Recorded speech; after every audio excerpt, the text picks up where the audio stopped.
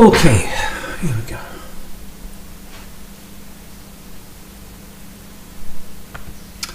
Hello and welcome back. This is Frantz Kantor here, cartoonist, illustrator, toon talker, stargazer, etc. I'm here, I'm going to do another drawing, and it's really exciting.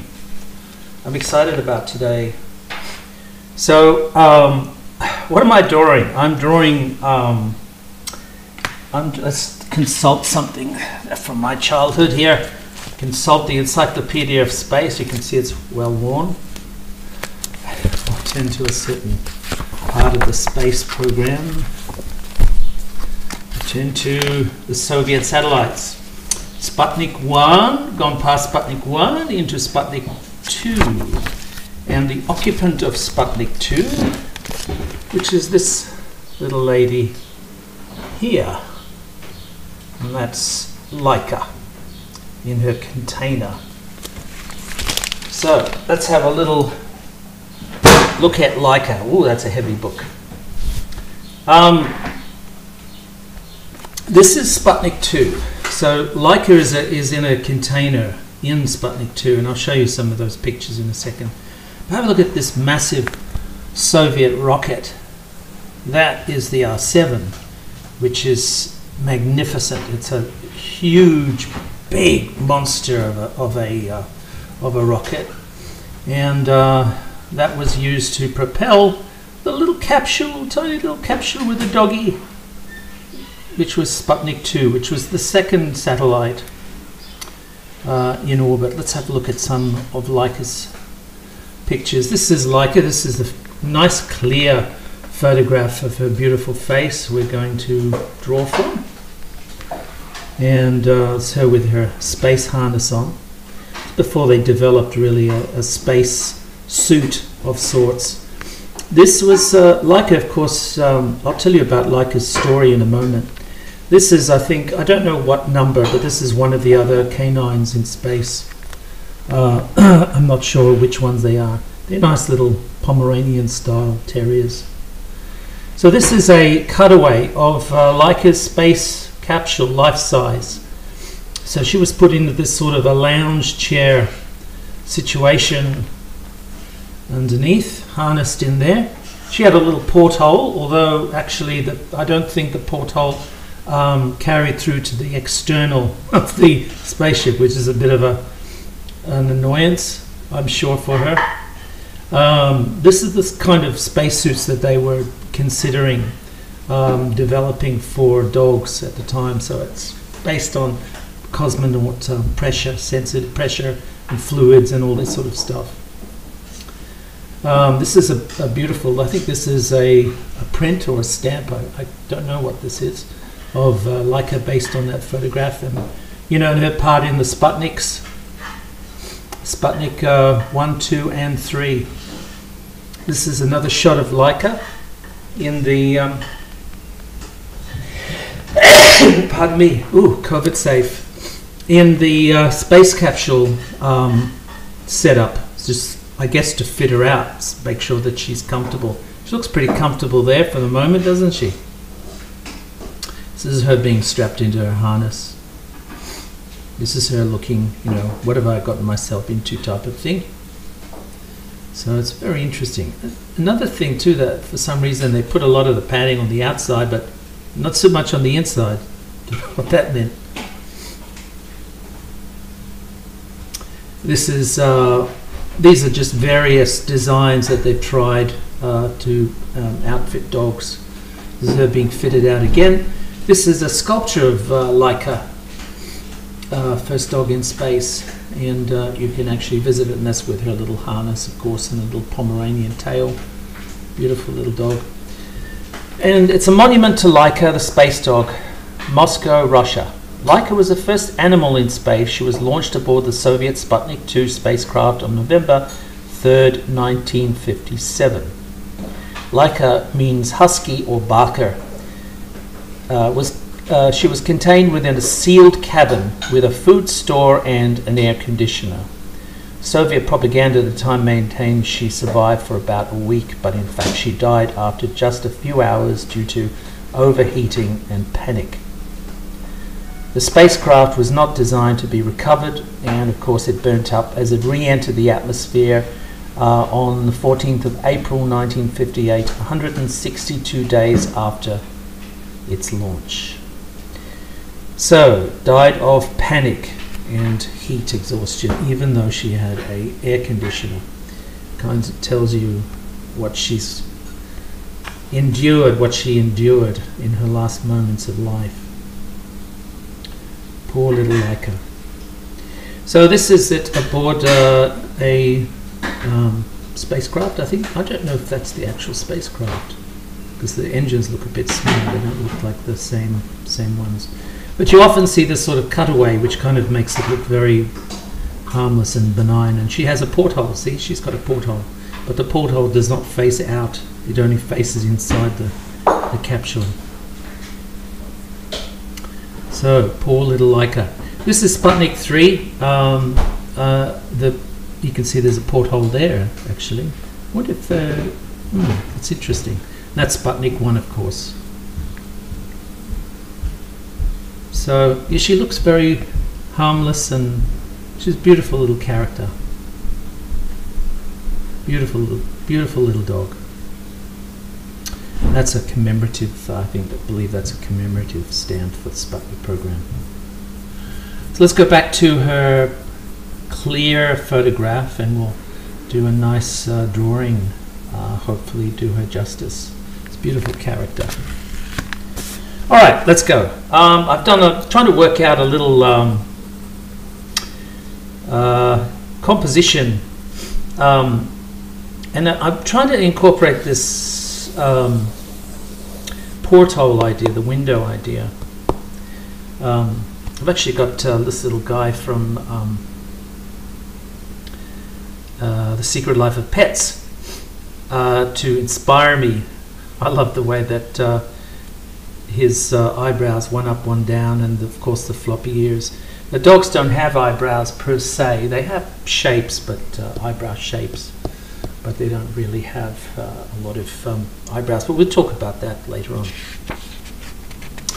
So I've tried to work on something that's less cartoony, more of a caricature, so I can put a lot of detail in there. I like the way that this is moving. I like the movement of the face. There's a little bit more movement than in the photograph. So I think we're going to have some fun with that. I also like the porthole idea, but not the whole thing. I think we'll just do a little cutaway like that, which I think would be nice. We'll try and work out that one as much as we can. So let's go ahead. Now, caricatures is a process of simplification or stylization and exaggeration. And the exaggeration part comes due to the fact that because you're simplifying something, you can bend shapes a bit better, right? So, and then you can interpolate and put in more detail into the new areas that you've drawn. Let's put some. This is going to be Earth. We'll put a cyclone in there. This would be the moon. Put a few speckles. Actually, you shouldn't. That's a problem, isn't it? Anything that sort of attracts your eye in the wrong way, it's good not to put it in. So I don't like it intersecting the nose there, so maybe put it up here, the moon. I think we might do that. So you can break the line of the ear, no problem. All right, so let's get into the meat and potatoes here.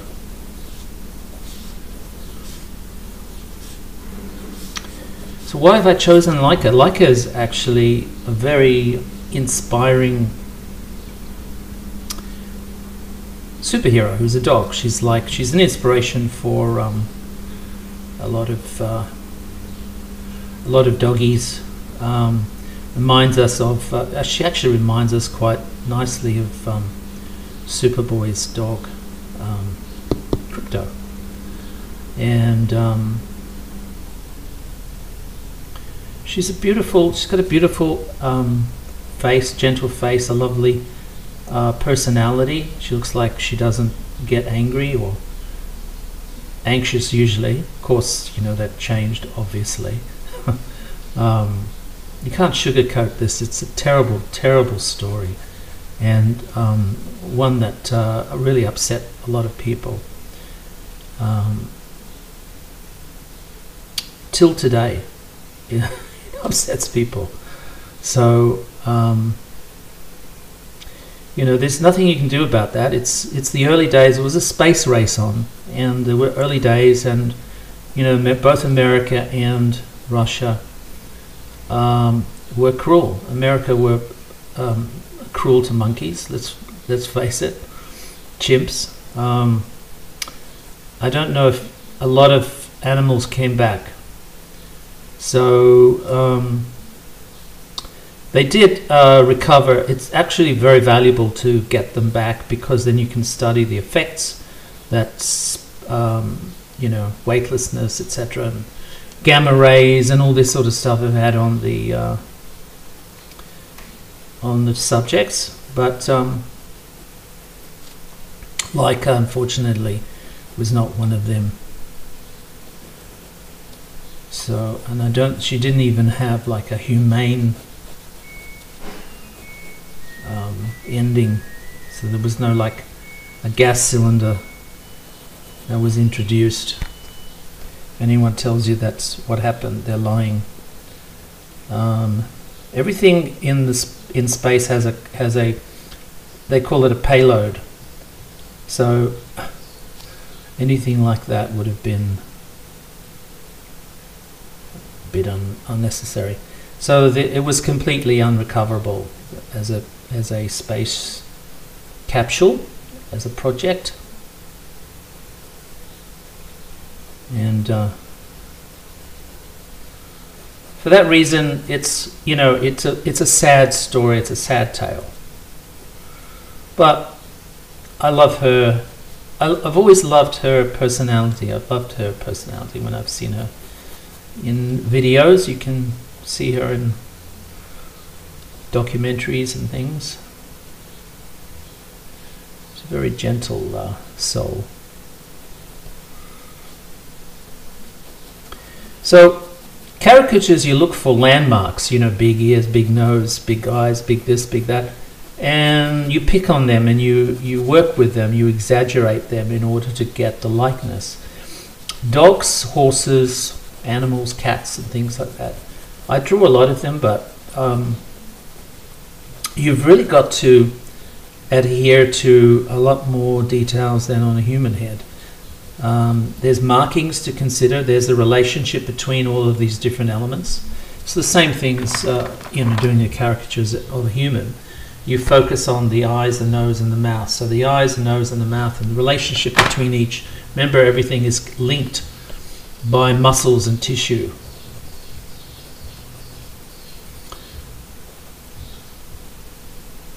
So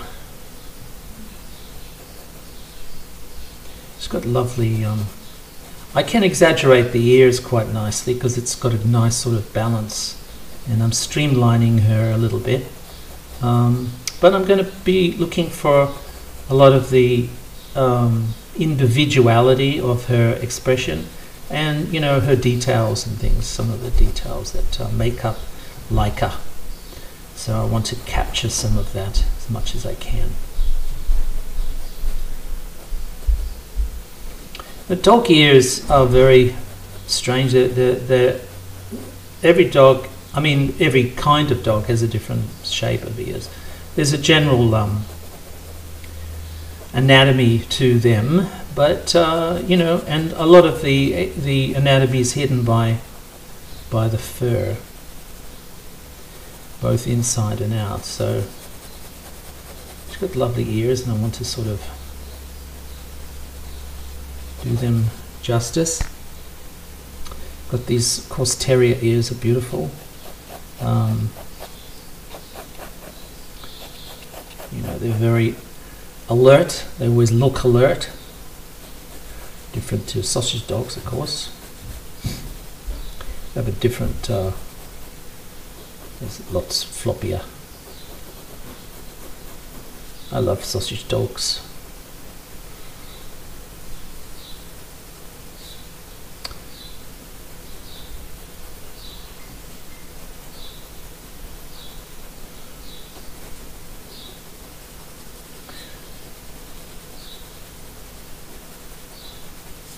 So just get some of the basic fur direction and light and dark, some of the patterning, but we'll be looking at it, building it slowly as we go along. So I've exaggerated obviously the nose, but I still want to put in, if I can, get a little bit of the texture. That would be good.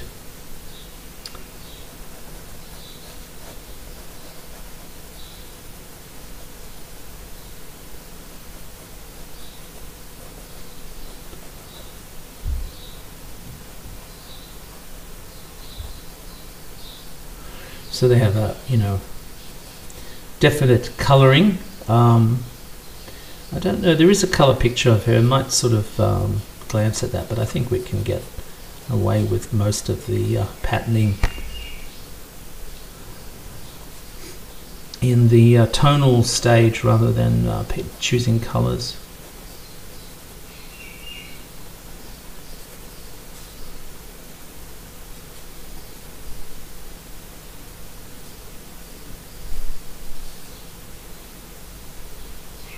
It does take a long time to do patterns on dogs. I've done a dog portrait like this thing. This is on my site.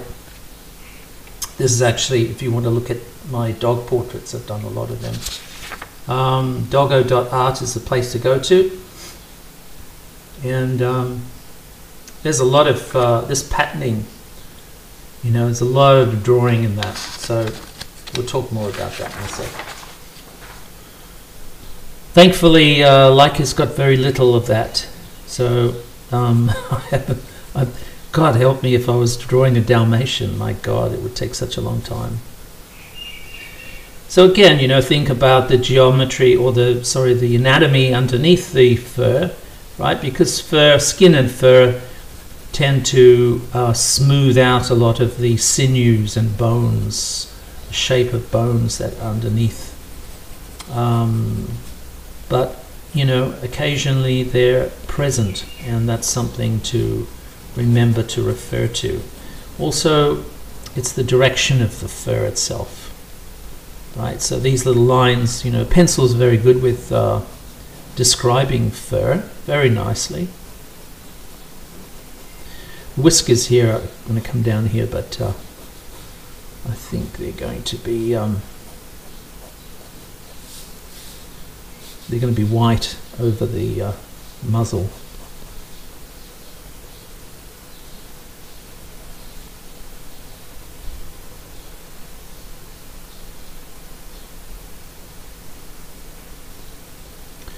These are the whisker holes, of course. And then we get into the fur above the mouth itself. The fur comes. There's a hollow part down here, and then picks up again when it reaches the cheek. And you've got a lip, bottom lip, and small furs.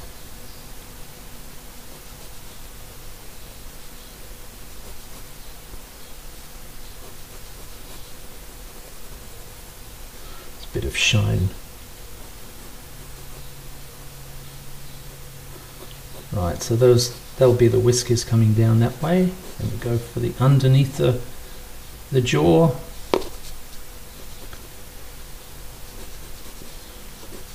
Very nice. Now, of course, you've got the wiry, thick, wiry fur around her throat. And then gradually the fur gets gradually thicker as it comes down. So usually terriers, they have sort of a cheek mark. We'll confirm that with the other photos, but they usually have some kind of a cheek mark there, which is very pronounced obviously with a lot of breeds, notably Alsatians.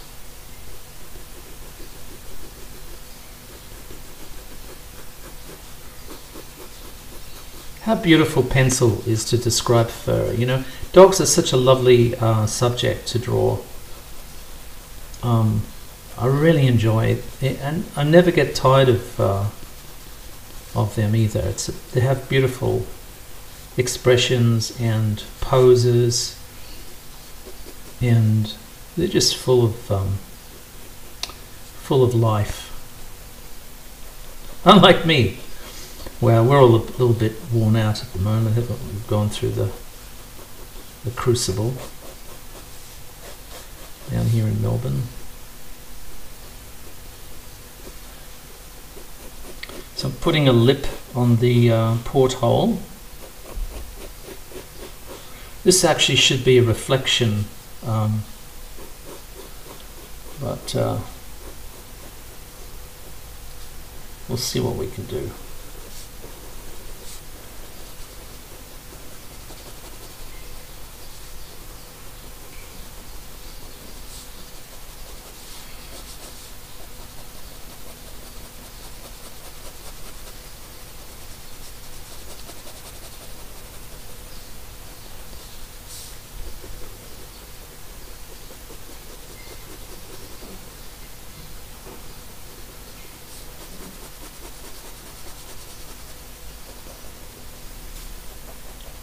Test.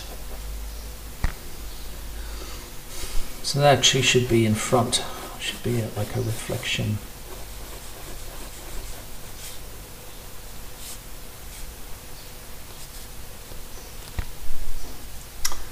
Okay. Let's get it. Got some black. It's got strong, nice black color pencil. This is a polychromo. This should give us a little bit of help with the sharp contrasts that we want to get in there. Let's have a quick look at the color shot of her, really. She's black and white.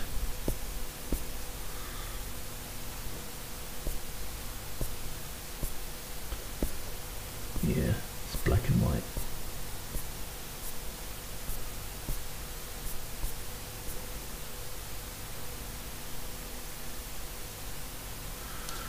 So the eyebrows are light, these things, the eyelids. Then there's a, let's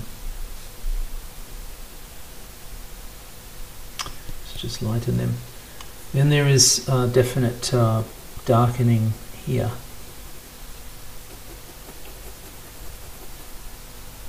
So try and refer to that if we can. Go back to the shot we're working from. Of course, she's got that beautiful line down the center of her head. A bit of shadow. Sorry, side light, of course.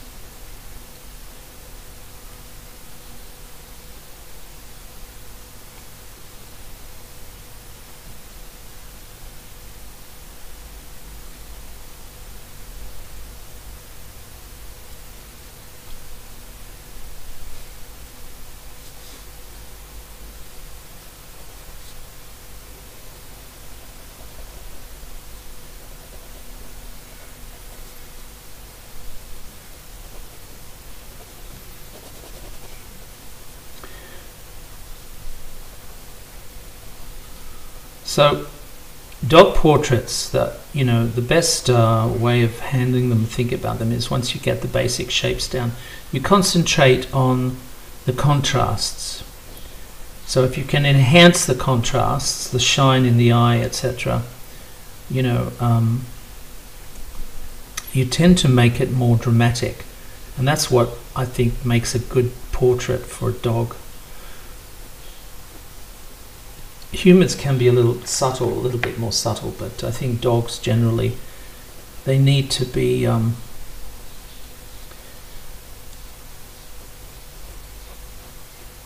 less subtle, more dramatic.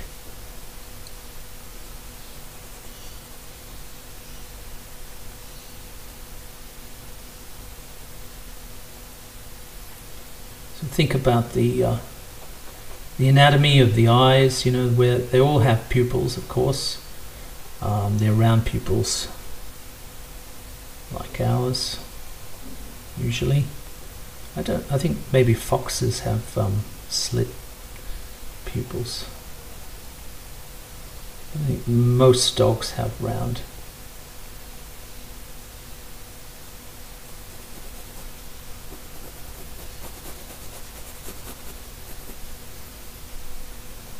I'm going to help that with a black pen in a moment too, to get it even darker, so we can get a bit more contrast happening. Nice. They do have eyelashes, don't forget that. And they do have eyebrow hairs, usually, like so.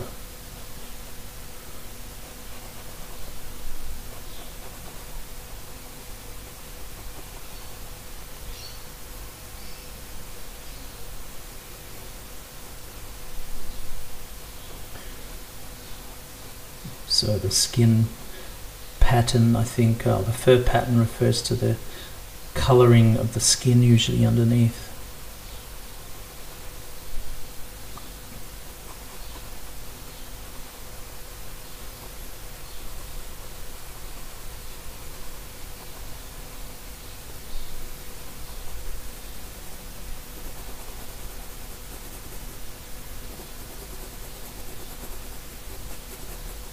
A lot of fur. All dogs have fur. What's an understatement? But, you know, I mean, some dogs have hair, like long fur. Of course, that's what's a silly thing. All dogs have fur. That's true. By George. Didn't realize that.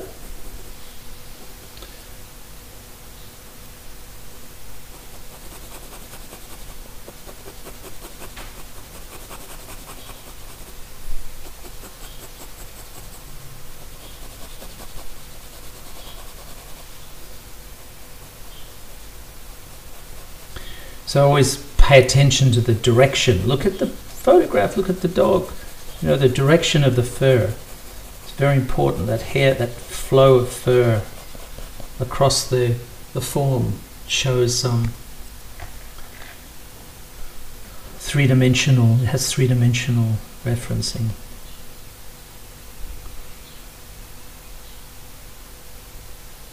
So I'm going to help that out a little bit with a black pen. I think it might be worthwhile. And a white pen.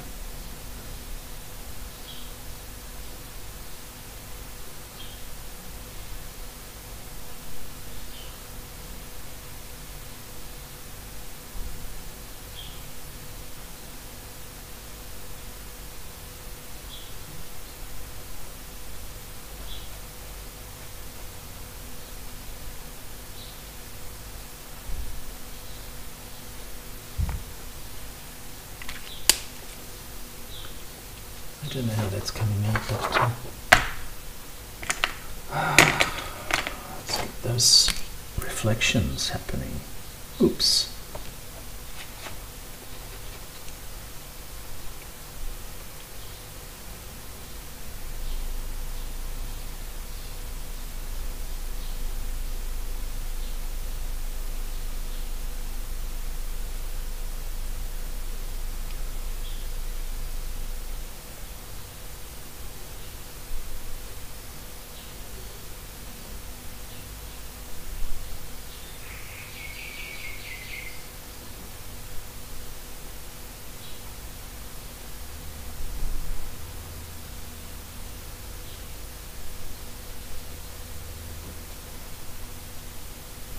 Always wanted to draw Laika. Just something very special about her face. You know, it's not the, I mean, it is a sad story, but I guess in many ways it wouldn't be a space race.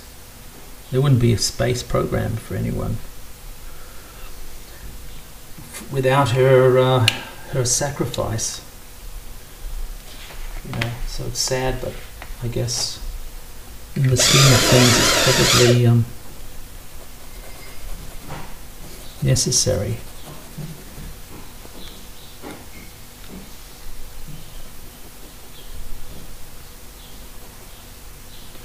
Poor little Laika.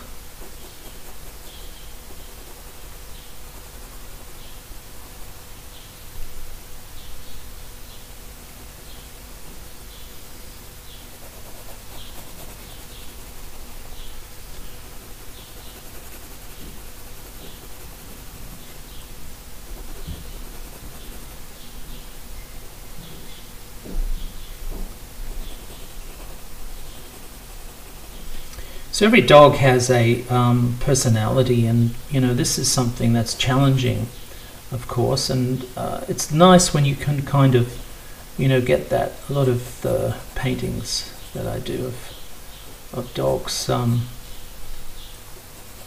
I try to understand or see their personality in a lot of the elements that I'm drawing, Mind you, a lot of the times when you're looking at an animal, you're projecting, anthropomorphic qualities, which obviously they don't have. So it's kind of a weird thing that humans do. Before I forget, I should put the shapes in.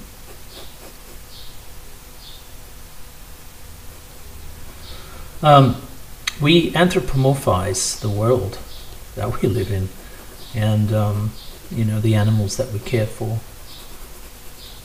Give them human attributes and talk to them and things like that, and it's a very strange, obviously strange thing to do, but it's universal. It's like everybody all over the world, different cultures, they all do it.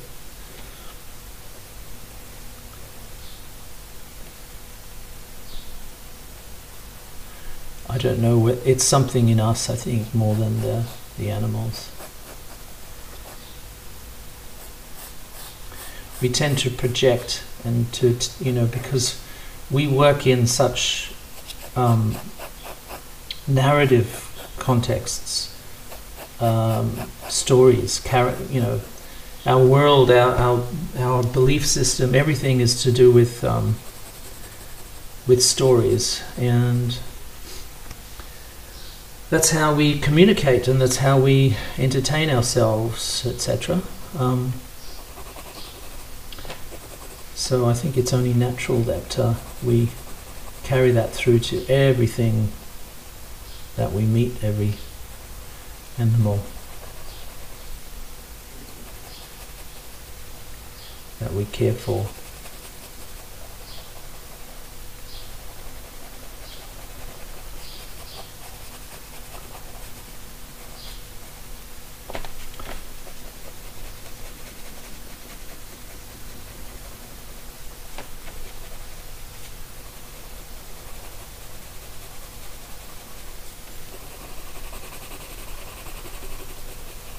I'm going to try to speed up a little bit and get some contrast happening rather than accuracy, I think, in a lot of these things, because at the end of the day it's a lot of fur to draw, and I want to make a meal of it, but at the same time I have to be aware that this is directional. Make sure that those strokes actually look like fur rather than pencil lines, which they are, of course, but it'd be nice to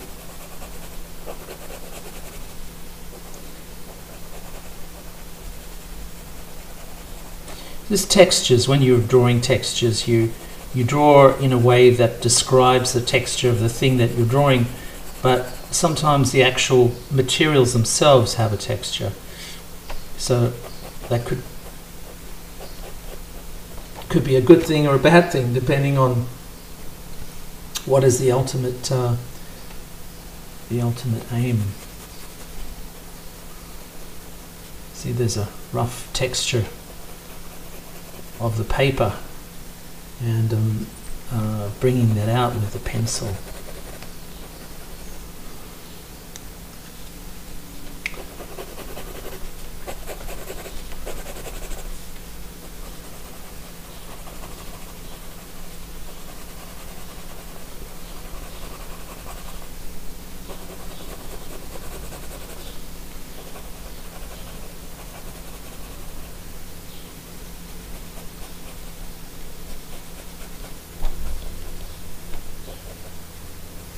She's got a black muzzle, black face, patterning of her face, and a grey, sort of less or more white, is around her neck. So we're going to have a play with that at the moment.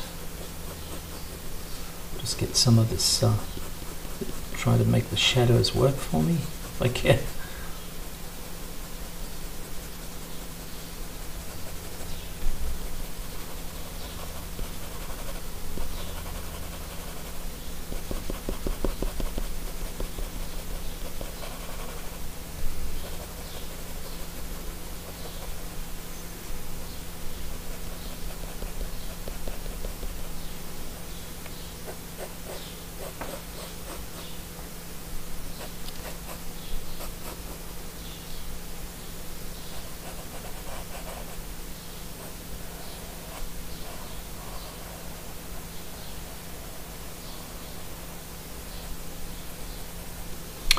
Right, now this is interesting. This noses have a different texture, of course, sort of a leathery,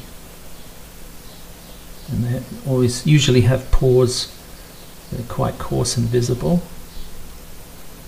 So I have to sort of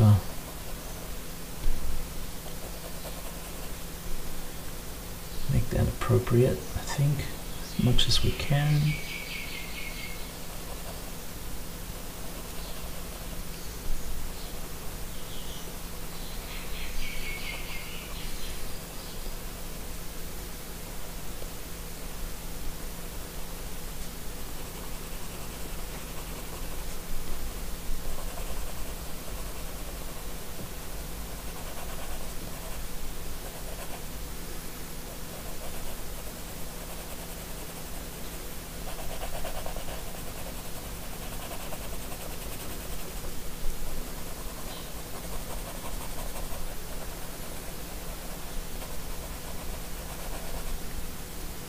Okay, so I've simplified the nose a little bit and made it a little bit more bulby, like this guy. So it's kind of cute.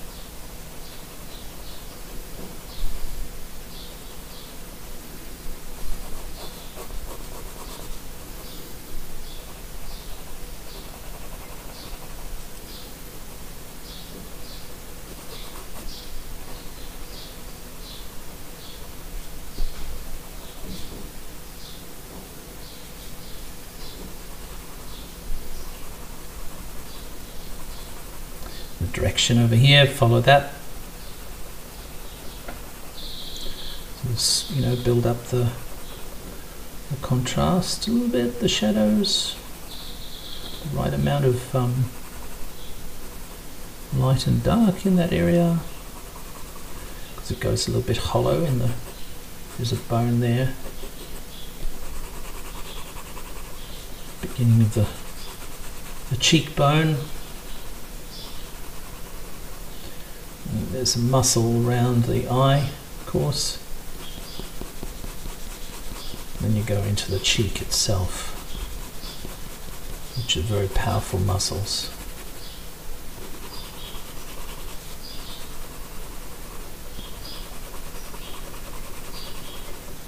Well, there's a nice little contrast with the neck and to the jaw. We'll try to get that if we can.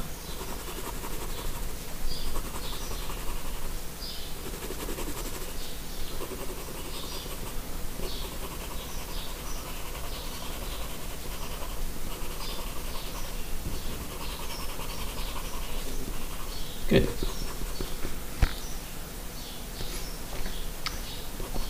Okay, you probably warm it a little bit with that brown pencil. You might be able to close some of those grainy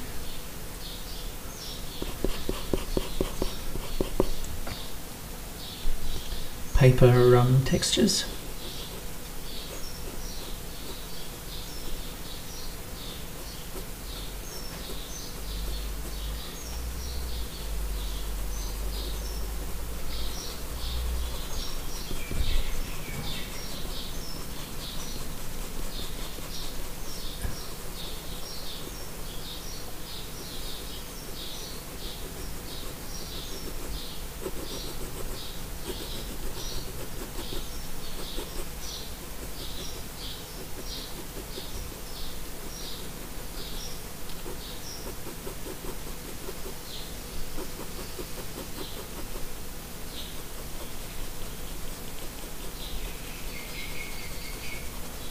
Okay, so we're going to build up some of the white now with a white pencil. Oh, let's finish this porthole. So I'm taking license here with this porthole, because the porthole, I don't believe there was one that allowed the dog to look out into space.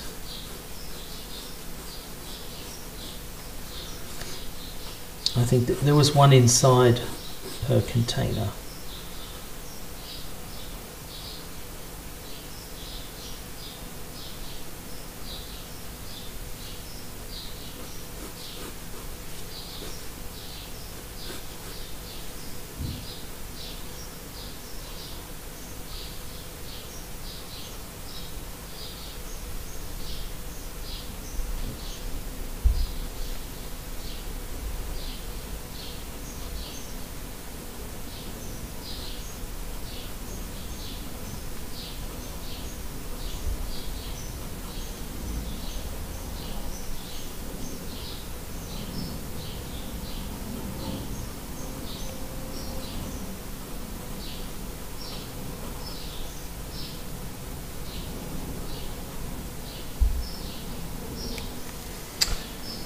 All right, let's get it, hit it with some white pencil. See what we can do with that. So build up some more of this contrast here.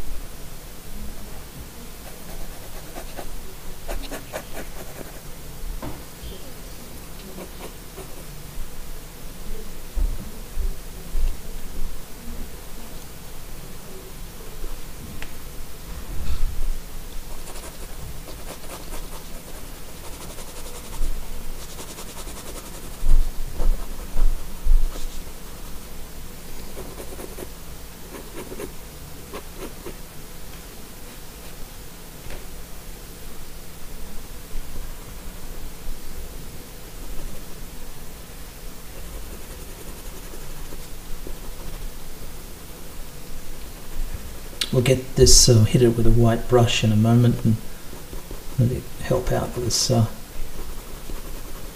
texture a bit more and build up more highlight.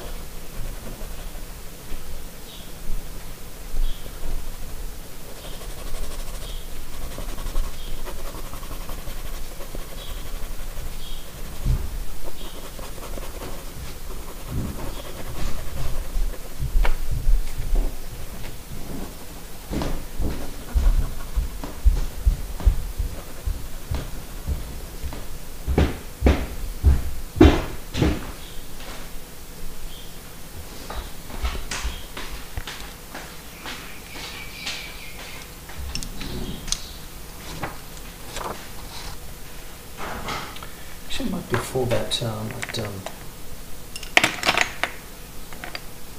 create space. Ooh, making a mess.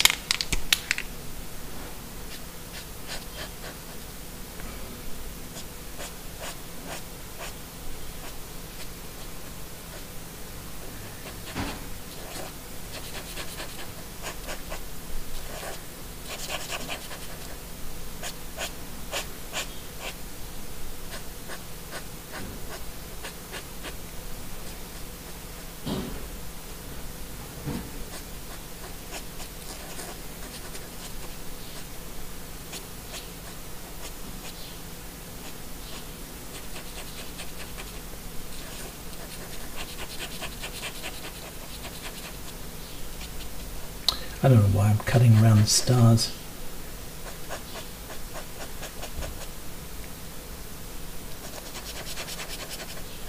Maybe just as easy just to paint them in.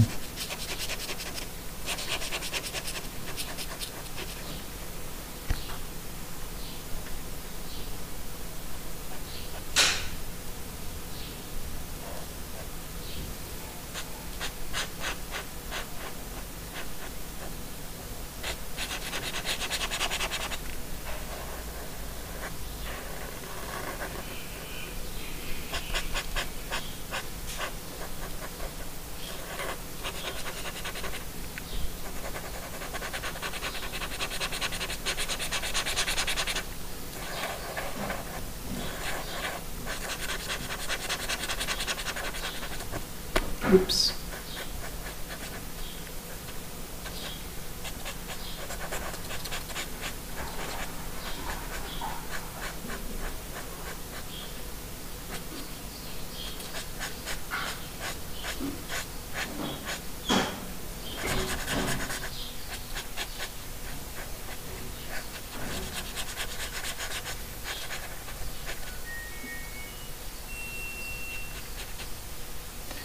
Eaten into the moon a bit, but maybe I can fix it a little bit there.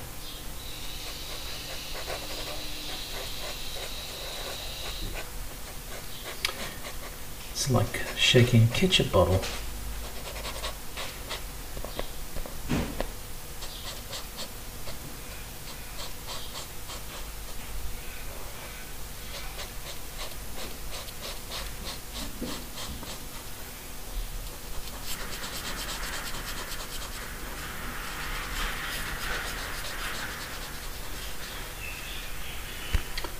Okay, there's down here as well.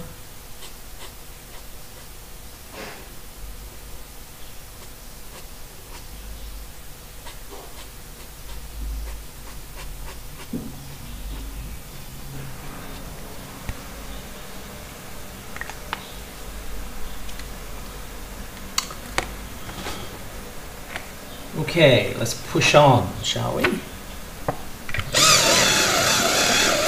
While that's drying over there, I'll just sort of build up the highlights a little bit more.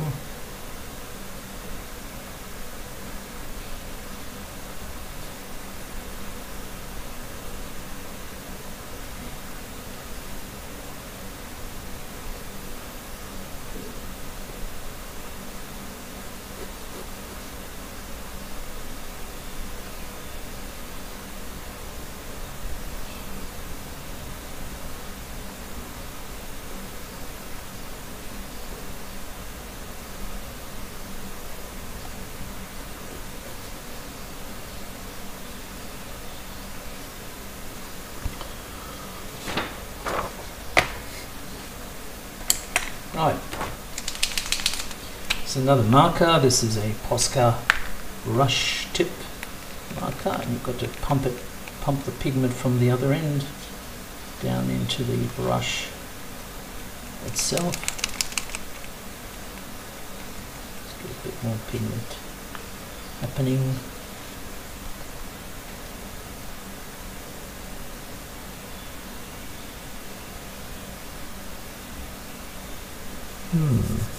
You know, might have some issues with the wet paint.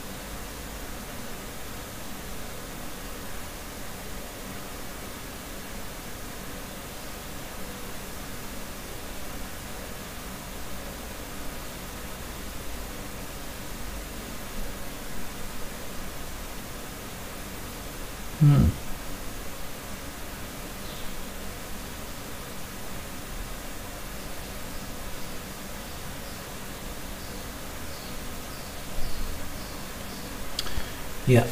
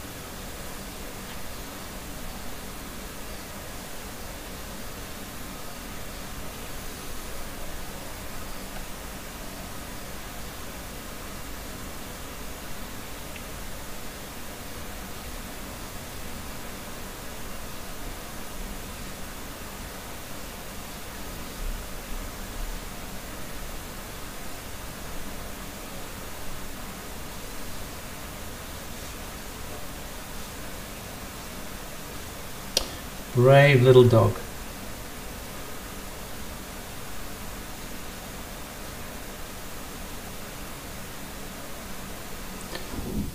Might do a series of dogs, actually, of space dogs. There's been a few of them.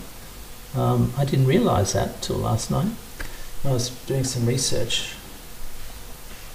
There's quite a few of Cosmonaut dogs. And they were returned safely, so they're not all sad stories.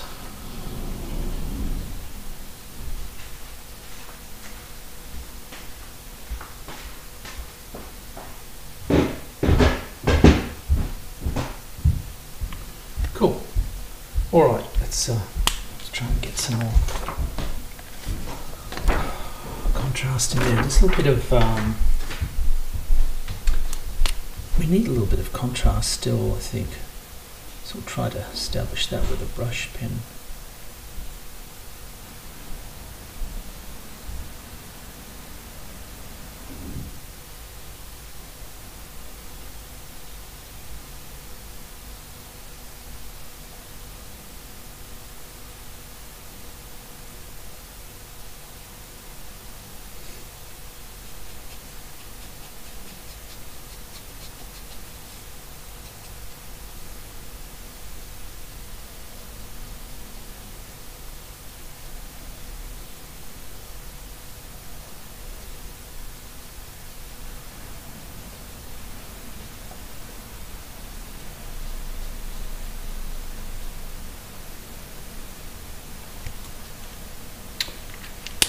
Alright, let's try to get this with the whiskers now.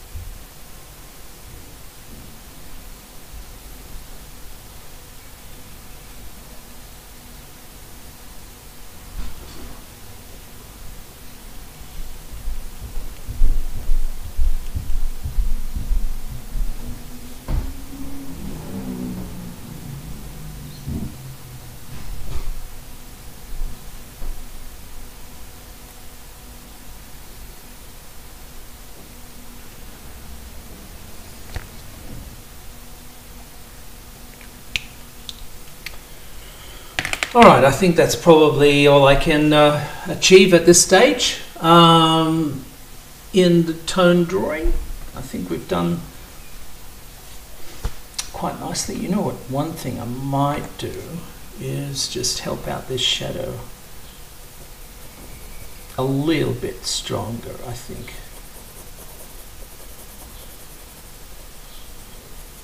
Maybe make these a little bit more three-dimensional. Maybe with black pencil as well.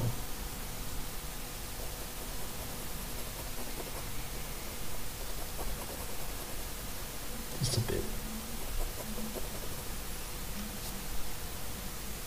Right, so that just helps with the thinking about it as a three-dimensional drawing. Alright, well that's going to dry nice and flat over there. It's a bit shiny, but don't worry, it will dry flat. This is our lovely subject, Laika. First dog in space, Laika. And we like her. She's a beautiful canine heroine. The beautiful Laika, the first dog in space. And this is my drawing of her, my caricature of her, and I thank you very much for watching and indulging me. If you're interested in the dog portraits, you can have a look at, you can order dog portraits too, but you can definitely have a look at doggo.art. And I do a lot of different dogs, so it's probably a dog in there that you like. This is how they end up, the beautiful digital painted but drawn on paper. How do you know they're drawn on paper? There you go. That's how they start. So they all start like that. And there's many, many, many, many, many different breeds of dogs for you to have a look at. And they're all beautiful, and they're all lovely personalities. And there's my terrier, my West Highland.